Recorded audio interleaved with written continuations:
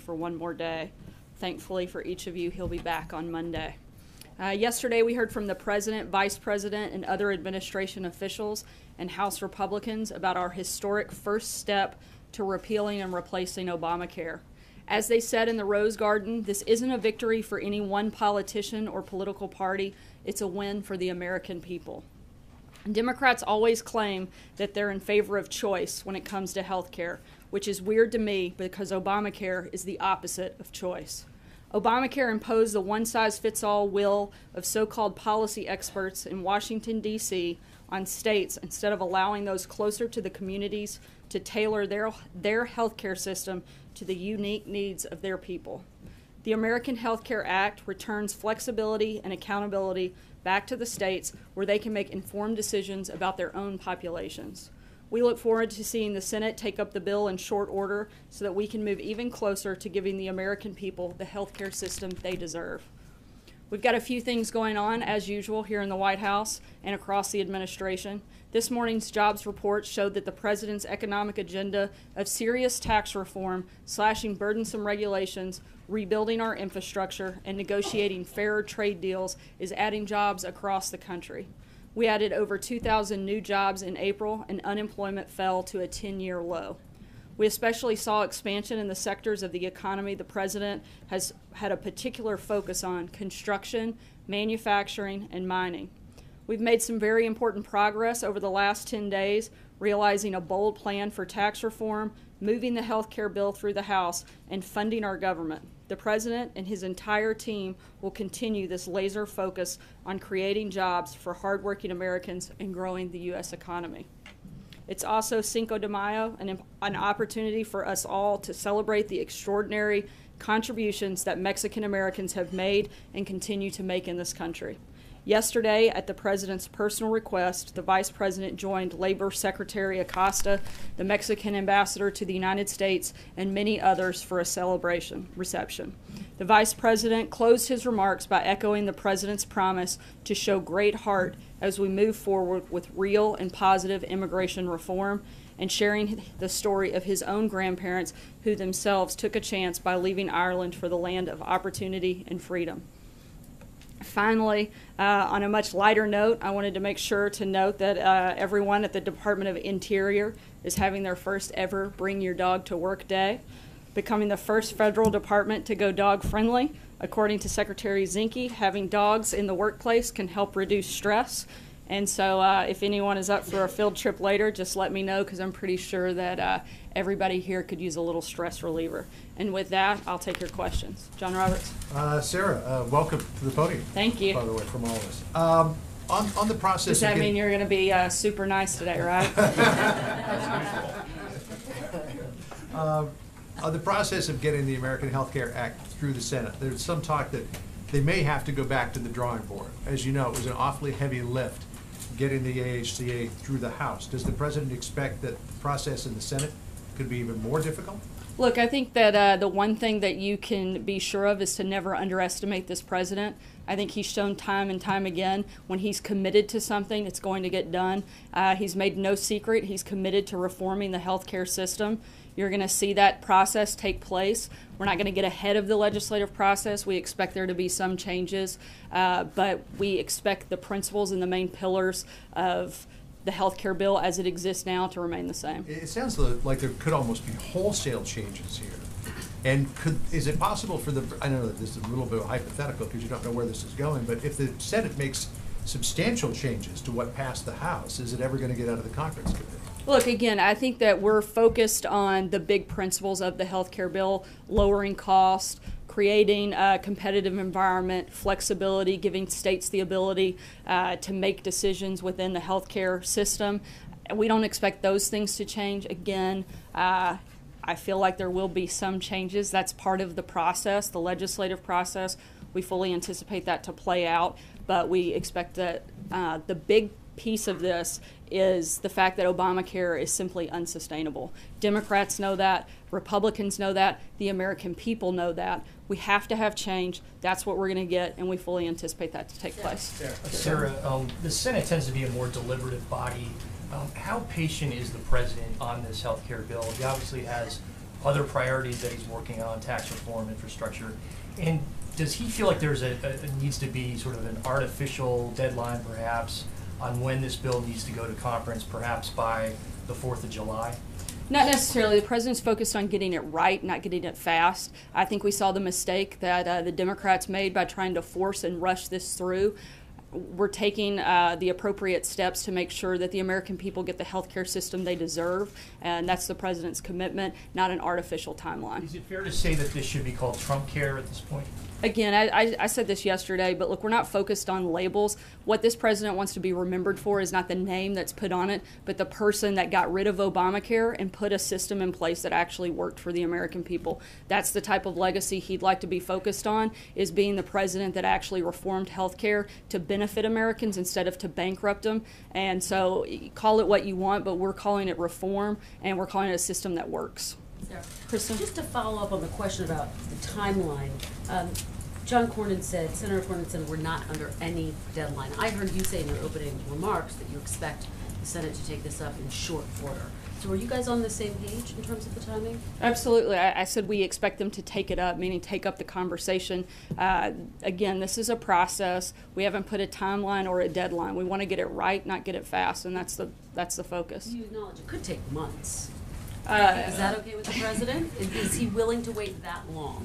Look, again, we want to wait to get it right, not to put an artificial deadline. We haven't, the administration has not laid out a time frame on when we want this to happen. We want to make sure it gets done correctly. And just ask you about some of the criticism. The AARP says this amounts to an age tax.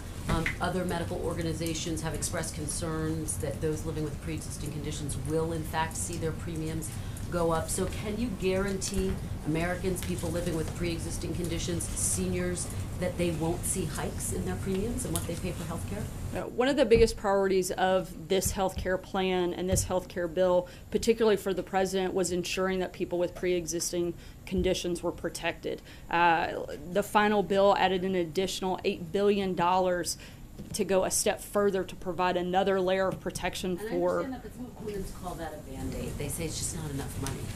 Well, that's not the only piece of it that has coverage for pre-existing conditions. Again, the president wanted to focus on those that were most vulnerable, whether it's people with pre-existing conditions or the unborn. He was certainly focused on protecting the most vulnerable. Can the president guarantee those Americans This they is won't see like their 12 premiums question go up? Friday. Just to instead follow of- up.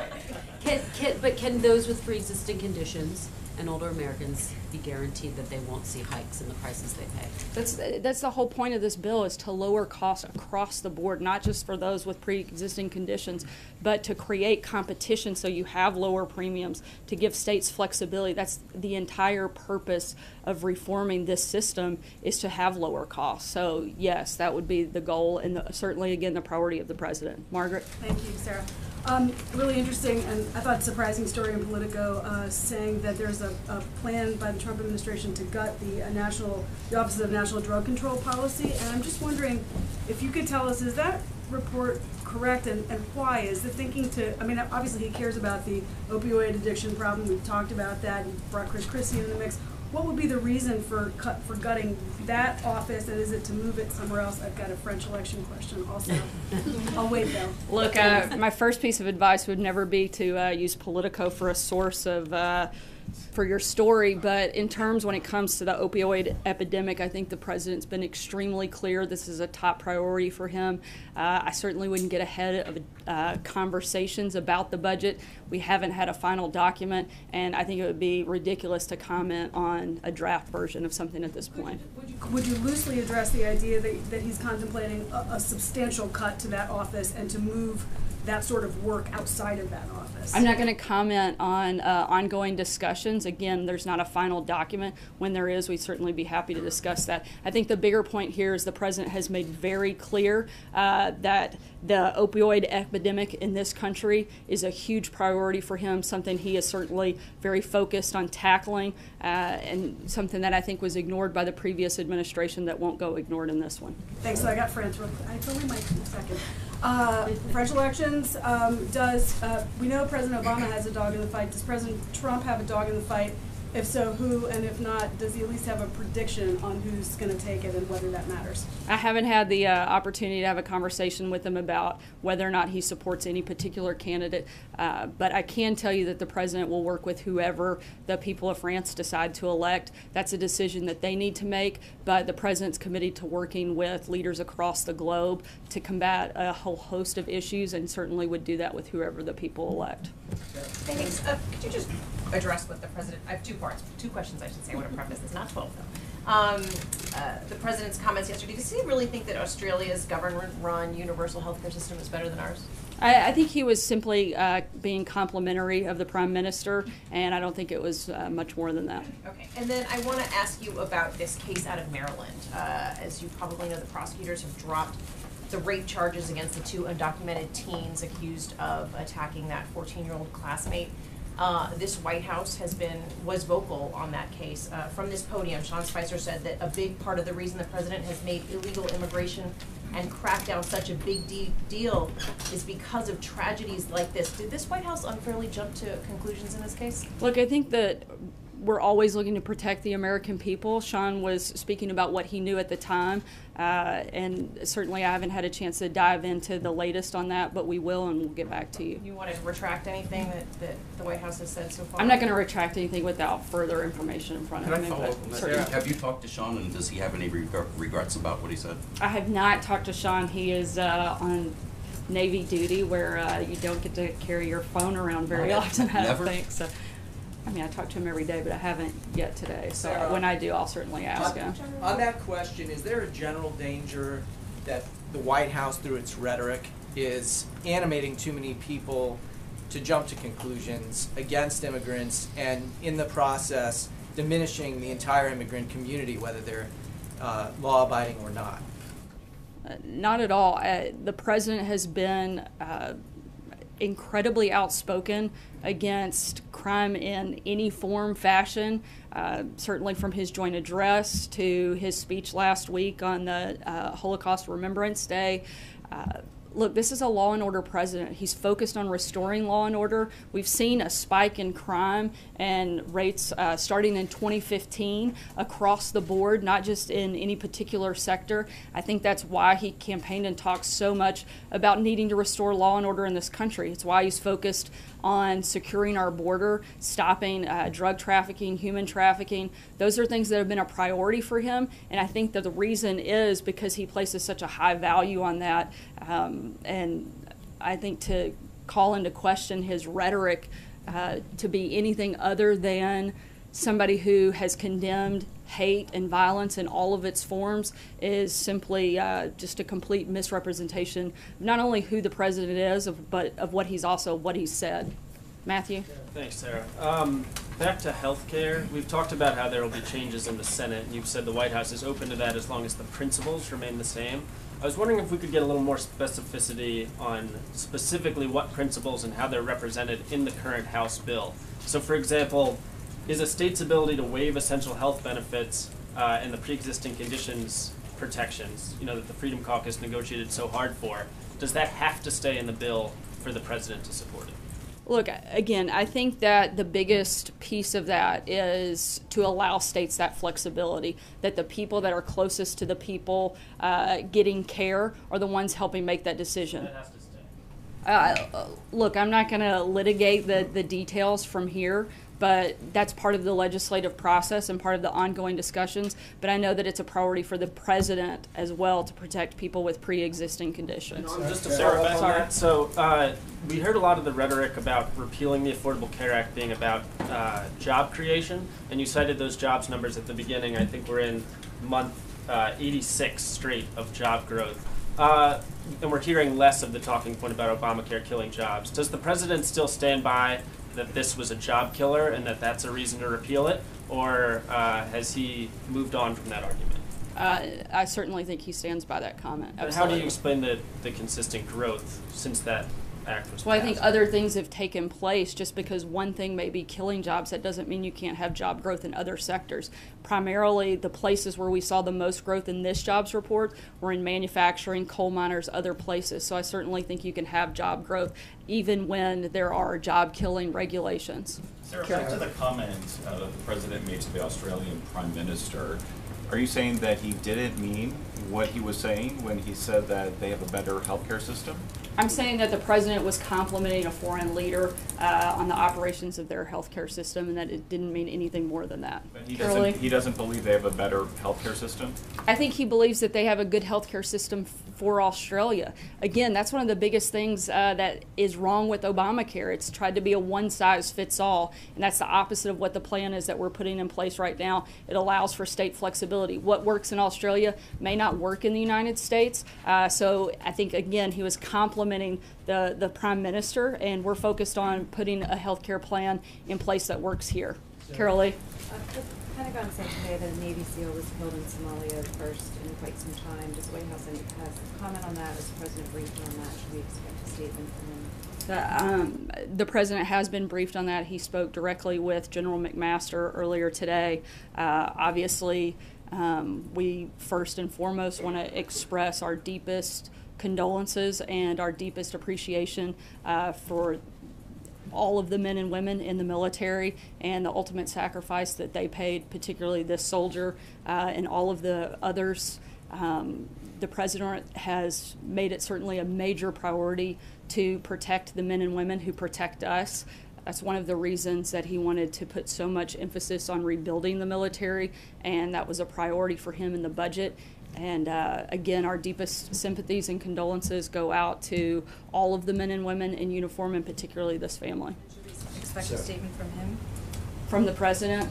I don't know at this time if I know he doesn't want to get ahead of the notification process, and that's still taking place at this point. Sarah. Abby? Hey, Sarah. So the president tweeted this morning that he's saving taxpayers money by working from Bedminster over the weekend instead of New York City, but would he not save more money by simply working out of the White House? And why is he making that sort of comparison? Well, look, this is the president's first time to be back in the New York metro area, and he's staying at his private residence in New Jersey versus staying in Manhattan. Had he stayed in Manhattan, the disruption would have been far greater than being in New Jersey. The bottom line is the president no matter where he goes, and he doesn't get to control the level of costs and security that may come along with that. But he does control where he works. Why doesn't he work more from the White House? He spent the last maybe 14 weekends. You guys complain we work too much around here and that you're too tired, and now we don't work enough. For the purposes of cost and savings to American taxpayers, which he raised this morning.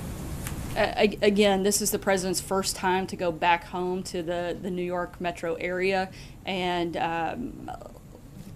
I think he's trying to save the taxpayers' money the best way he can by taking his team and focused and being in New Jersey instead of in New York, where it would have caused a much greater disruption and a much greater cost to taxpayers. Eamon? Thanks, Sarah. Earlier you mentioned this morning's big jobs report, and you also cited the president's tax plan as one of the reasons for that job growth. Are you saying the tax plan that hasn't passed yet was responsible for creating jobs in the month of April? What I'm saying, I think we saw from the very beginning, the minute that the president was actually elected, even before he took office, you saw consumer confidence go up. We've had meetings with countless CEOs, small business owners, people that are involved in job creation come in and tell us that they are much more confident in going out and hiring people, building their businesses, and growing the economy because they have a president who actually cares about it and is focused on it like this one is. So I certainly think that the environment that he is creating is much more friendly, not just through the tax reform system, but by laying out those priorities. They know what's coming down the line. They have confidence in this president like they didn't in the previous one. But it's not just that. It's getting rid of all the job-killing regulations that we've seen through executive orders, and again, a focus on rhetoric of creating jobs, and that certainly has added to that. And also on jobs, Apple announced this week that it's creating a $1 billion fund to spur manufacturing job growth inside the United States. Can you tell me what communications the White House has had with Apple either before or after that announcement, if any? I'm not aware, so I'll have to check and get back to you on that. Dave? Sarah, thanks. Does the president still intend to sign the spending bill today? Yes, I believe actually he signed it just within the last hour. Would he ever consider using, President Obama, for example, got some criticism over the years for adding signing statements to legislation to, you know, indicate where he disagreed with the bill he was signing. President Bush did the same thing on a number of occasions. Does this president intend to ever use that option? I'm not aware of that. It's something I'd have to check on and get back to you. Yeah, Sarah, thank you. You were talking a minute ago about states wanting flexibility. Do you know which states are likely to seek a waiver on pre-existing conditions? Not yet. That was something that probably HHS would have a better handle on, and I'd refer you to talk to them. Hey Sarah, I was going to ask you, before the summer travel season kicks off, we're seeing more of these airline incidents. We saw Delta apologizing for what happened from that Hawaii flight. We saw what happened with United. Earlier this week, the Senate and the House had some CEOs on the Hill. Does the president want DOT or FAA to work more closely with the airlines to maybe better establish what passengers can expect if they're going to get kicked off a flight, or what the rules should be? Would this be something where maybe the government could clarify what the law should be? I haven't had that conversation. That's something we certainly would have to look at. But what I could tell you is that I don't think anybody in the administration thinks that the handling of some of these passengers is probably a good thing. And so we want all people across the board to be treated with the utmost respect, whether that's on an airline or anywhere else. I don't know that that's a government regulation that should weigh in to do that. Hopefully that's just common decency, but it's certainly something worth taking a look at. Sarah. Sure, go ahead. Thanks a lot, Sarah. Now that the House has health care reform off its plate, they're likely to take up tax reform. Does the administration have a position as to whether or not the legislation that ultimately emerges from the House Ways and Means Committee should be deficit neutral? You know, that's something that we would probably have to look at, and I'm not ready to comment right now. And on the health care reform legislation that the Senate will soon take up, will the administration play a part in what that bill looks like, or are you just going to essentially be hands-off and let the Senate do its work? I think we've made very clear we're going to be hands-on in this process. It's a priority to fix a very broken system. Obamacare is a disaster, and this isn't a president who does things hands-off. He's fully engaged on the House side. I expect him to be fully engaged on the Senate side and make sure that we get the bill that the American people deserve. Francesca? Thank you, Sarah. It's Two Question Friday. I got two questions for you. All right, the first one on Syria, about the de-escalation zones that they're talking about establishing. The administration has said that there's reason to be cautious about those. Could you elaborate on that and explain maybe what some of the reservations are for those de-escalation zones, and also how that plays into the safe zones the president has endorsed? Look, the president's expressed a desire to achieve peace in Syria. I think that's the broader mission, and we're looking at all ways in order to achieve that, and we haven't laid out any specifics any further than that at this point. Okay, sorry. Two questions. There's Two Questions Friday. The other question, there was a report today that said that there's an effort at the White House to start limiting the number of people in the senior staff meetings down from 15 to 8, and I was wondering first if there's any truth to that, and who are in these senior staff meetings these days, the 15 people, or the 8 for that matter, that are being left out? Sometimes you have big groups, sometimes you have small groups. Look, meetings vary from day to day around here. I'm not going to comment on the hundreds of meetings that take place in the White House every day. There's no specific effort, though, to keep them down into a smaller group or to keep certain people out of those meetings at this point? I think it's ridiculous to think we're trying to keep certain people out of these meetings. I think one of the greatest assets of the president is his accessibility, and he talks with a number of people on his staff day in, day out, and that's not changing. John Gizzi. Yeah, thank you, Sarah. Two Question Friday again, but first, congratulations on your first on-camera appearance. Thanks. We'll see how it goes. All right. Let's hold the champagne for a little while. Now, I know you stated earlier that the president is neutral in the race for president of France. President Obama had a very gracious habit of calling the winner and the loser in internationally watched elections in Israel, in France, Egypt in its first election, and in Japan. Will the president do the same with the two candidates running in France? I would imagine that would be the case. He's made a practice of reaching out to foreign leaders across the globe, and I would imagine that he would do that once this election concludes. But I don't know that for certain, but I would imagine that takes place. Yeah. All right. So And the other, two questions, guys. Yes. The other, going back to the president's executive order on the Johnson Amendment, nearly 20 years ago, Congressman Walter Jones of North Carolina introduced the first legislation to repeal the Johnson Amendment and said at the time that it would take an act of Congress. And while the president's executive order tells the IRS agents not to enforce it, the law is still on the books. Does the president support a repeal measure for the Johnson Amendment? He's committed, I think, to religious liberty and protecting it, and whatever that requires. I think this is the first step in a process, and I don't think we're taking anything off the table when it comes to protecting the rights of all the citizens of this country. Sarah. Go ahead. Yeah. What happened to the White House chief usher? So I know that question has come up. She is no longer employed here at the White House, but we left on very good terms and wish her the very best, and certainly hope for great things for her in the future. However, it's not uncommon that you might have a transition of staff when a new administration comes in, and it's simply nothing more than that, and we certainly wish her again the very best. New chief usher? I believe that the deputy usher will be serving as the acting usher for right now. Thanks so much. The White House, when the White House announced that the Colombian president was going to come here, mentioned Venezuela being a major topic. Venezuela's been a big topic with the visit by President Macri of Argentina. What are the president's administration's major concerns about Venezuela, and what does he hope out of Colombia in regards to assistance with this situation?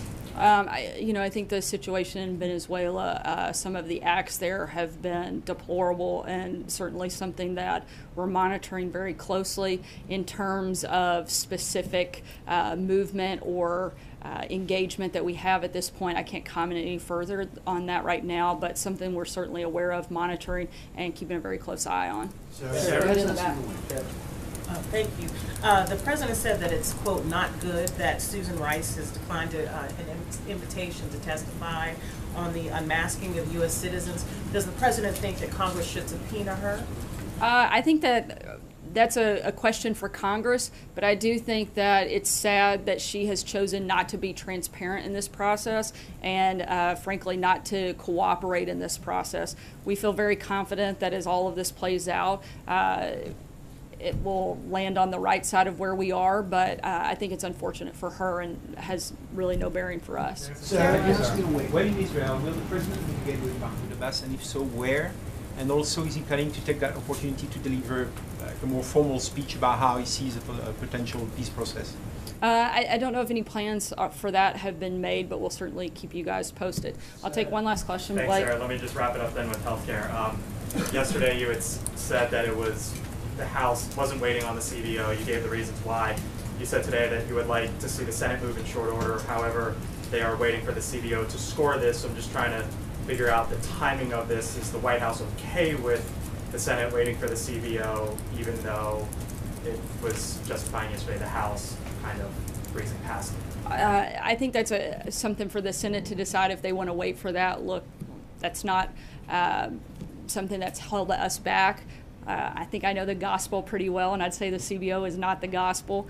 They've been wrong before. They can certainly be wrong again. And, I think, again, we'll let the Senate make a decision on whether or not they want to wait for that. But we feel very confident in where the plan is and moving it forward. Thanks, guys, so much. See you on Monday.